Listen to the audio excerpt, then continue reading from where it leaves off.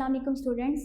Last में हमने जो टॉपिक पढ़ा था वो था evolution of prokaryotes to eukaryotes. अब हम जो नेक्स्ट टॉपिक पढ़ रहे हैं वो है Lamarckism, inheritance of acquired characters. यानी कि इनहेरिटेंस ऑफ एक्वायर्ड कैरेक्टर्स जो ये थ्योरी है इसको हम लेमार्किज्म भी कहते हैं।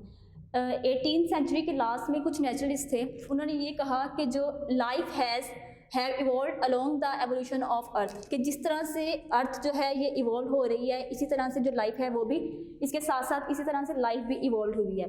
लेकिन but only one of the Darwin predecessor develop a comprehensive model to explain how life evolves. लेकिन सिर्फ डार्विन से पहले सिर्फ एक साइंटिस्ट ऐसे थे जिन्होंने जो है एक कम्प्रिहेंसिव मॉडल डेवलप किया कि किस तरह से लाइफ जो है वो इवॉल्व हो रही है। हमने ये तो पढ़ा है कि प्रोकैरियोट्स से जो है वो यूकैरियोट्स बन रहे हैं, इंसेस्टर्स से जो है उनके अंदर मॉडिफिकेशन आ रही है और वो डिसेंडेंट बन रहे हैं।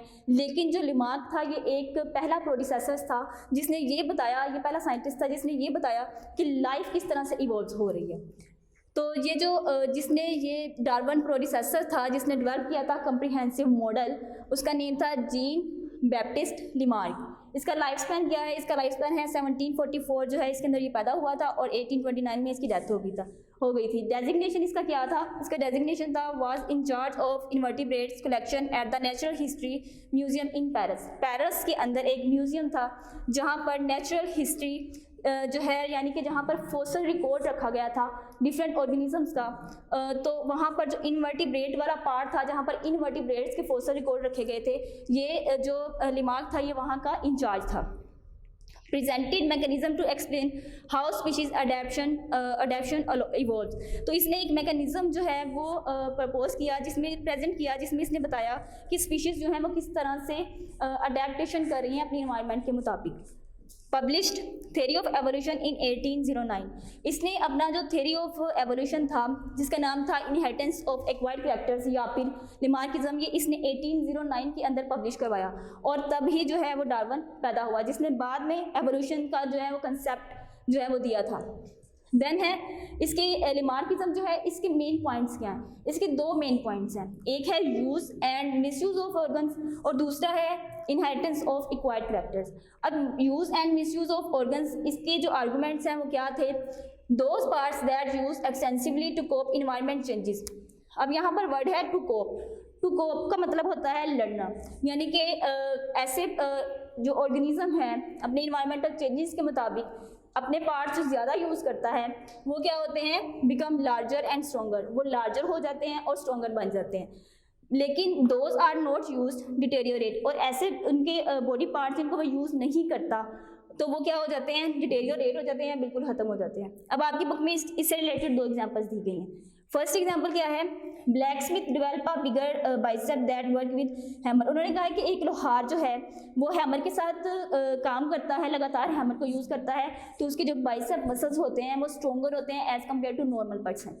और दूसरी एग्जाम्पल उन्होंने क्या दी कि जैसे कि जिराफ है stretching its neck to the new length to pursuit of leaves to eat. उन्होंने कहा कि जो जिराफ है वो क्या करता है कि वो दरख्तों से पत्ते खाने के लिए अपनी जो नेक है उसको स्ट्रेच करता है। तो ये जो है दो एग्जांपल्स हैं। और तीसरी एग्जांपल आपकी बुक में नहीं दी गई, लेकिन तीसरी एग्जांपल ये है कि जो स्नेक्स हैं, स्नेक्स के जो इंसेस्टर्स थे उन इंसेस्टर्स के अंदर इनकी लेग्स और इनके जो हैंड्स प्रेजेंट थे।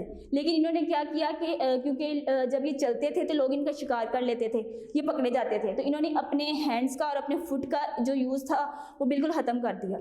तो जब इन्होंने उसको डिसयूज़ किया तो उसकी वजह से जो इनके ऑर्गन्स थे वो बिल्कुल डिटेरियोरेट हो गए और ख़त्म हो गए। जो इसका सेकेंड मेन पॉइंट है वो है inheritance of acquired characters. Modification of organisms during life can be pass to offspring. अब लेमार्क जो था उसने ये कहा कि अपने इन्वायरमेंट के मुताबिक एक ऑर्गेनिज्म जो अपने कैरेक्टर्स एक्वायर्ड करता है, अपने कैरेक्टर्स अपने अंदर लेकर आता है, हासिल करता है, वो कैरेक्टर्स जो हैं वो इनहेरिटेबल है। यानी कि वो क्या होते हैं कि एक जनरेशन से नेक्स्ट जनरेशन में ट्रांसफ़र होते हैं। यानी कि वो जो उनके अंदर उन्होंने अपने एक्वायर्ड कैरेक्टर्स जो हैं उनको कैरेक्टर्स को एक्वायर्ड किया वो आगे ऑफस्प्रिंग में ट्रांसफ़र हो जाएंगे। तो इस पर उसने एग्जाम्पल किसकी दी? उसने एग्जाम्पल दी जिराफ की। उसने कहा कि लॉन्ग नेक ऑफ जिराफ। इसके मेन पॉइंट्स उसने क्या दिए कि इवॉल्व ग्रेजुअली, यानी कि ये क्या कर रहे थे कि आहिस्ता आहिस्ता जो है इनके अंदर चेंजेस आ रही थी। मतलब कि पहले क्या था, जिराफ जो थे उनकी नेक्स जो होती थी वो शॉर्टर थी, ये क्या करते थे, घास जो थी ज़मीन से घास खाते थे। लेकिन जब फूड की शॉर्टेज हुई तो इन्होंने आहिस्ता आहिस्ता क्या किया, जो अपनी नेक को थोड़ा सा स्ट्रेच करना स्टार्ट किया और इन्होंने ज़मीन की जगह पर जो छोटे दरख्त थे उनसे इन्होंने स्मॉल ट्रीज जो थे वहाँ से इन्होंने लीव्स को खाना स्टार्ट किया और आहिस्ता आहिस्ता इनकी जो नेक थी वो इन्होंने जो ट्रीज़ थे, लार्जर ट्रीज़ थे, उनसे जब इन्होंने लीव्स को खाने के लिए अपनी नेक को स्ट्रेच किया तो इन्होंने इस करैक्टर को एक्वायर कर लिया अपने इन्वायरमेंट के मुताबिक। Cumulative product of great many generations of ancestors stretching higher and higher।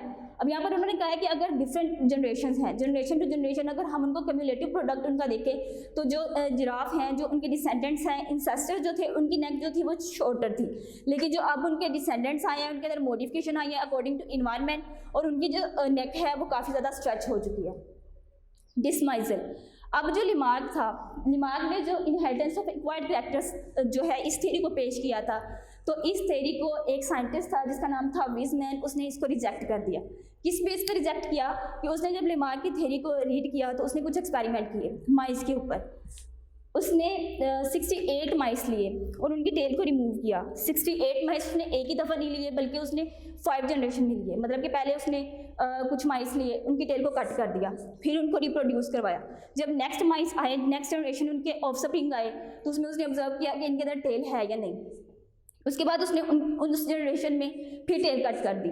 Next फिर उसने उसको रिप्रोड्यूस करवाया और जो नेक्स्ट जनरेशन आई उसके अंदर उसने देखा कि माइस की टेल है या नहीं, तो उसमें भी जो है इस तरह उसने 5 जनरेशन में 68 माइस जो थे उनकी टेल को कट किया।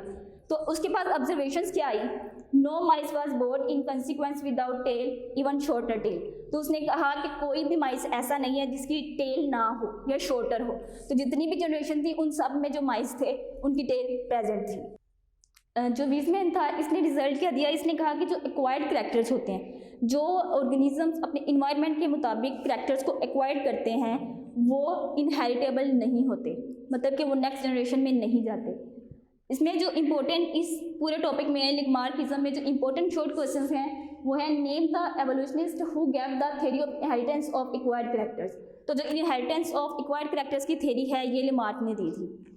नेक्स्ट क्वेश्चन है what is the concept of inheritance of acquired characters. तो अब कंसेप्ट क्या है इनहेरिटेंस ऑफ एक्वायर्ड करैक्टर्स का, तो इसमें जो इनहेरिटेंस ऑफ एक्वायर्ड करैक्टर्स का कंसेप्ट है इसमें आपने लिखना है कि उसने लॉन्ग नेक ऑफ जिराफ जो है उसकी एग्जांपल देकर इसको एक्सप्लेन किया था। उसने कहा था कि ऑर्गेनिज्म जो करैक्टर्स एक्वायर्ड करता है इन्वायरमेंट के मुताबिक उनको अडॉप्ट करता है वो हेरिटेबल होते हैं। तो ये सारा का सारा कंसेप्ट था उसका। इसमें लॉन्ग क्वेश्चन क्या है, ये लॉन्ग क्वेश्चन जो है एज इट इज ही आता है, जैसे कि discuss the inheritance of acquired character, या फिर क्या आएगा डिस्कस लिमार्किज्म इन डिटेल। नेक्स्ट इसमें से जो एमसीक्यूज हैं, एक एमसीक्यूज है आपके बोर्ड के पेपर के लिहाज से और दूसरी है एमडीकैट के लिहाज से।